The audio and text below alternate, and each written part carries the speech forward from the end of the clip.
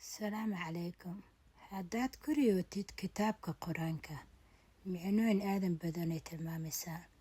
waxaa ka mid ah arsaaqad, hadday tahay maxay ahayd cibaado yari, waxay tilmaamaysaa adoo kitaabka qaatay inuu rabbi hidaayo ku siin doono.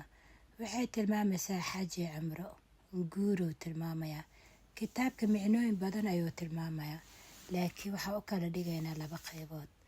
qof cibaadadiisa iyo diintiisa haysta qur-aanka akhriya hadduu ku riyooda, arsaaqaday tilmaamaysaa, guuray tilmaamaysaa, xaji cimray tilmaamaysaa, waxyaabo badan. xanuun hadduu jiro, caafimaad.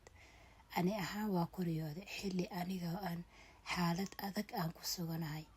wallaahi isbuuc kama soo wareeganin, xaaladeeda xoogay isku bedeshay. marka aragtida kitaabka qur-aanka wuu fiican yahay haddii aad tahay qof cibaadadiisa ku dhegan.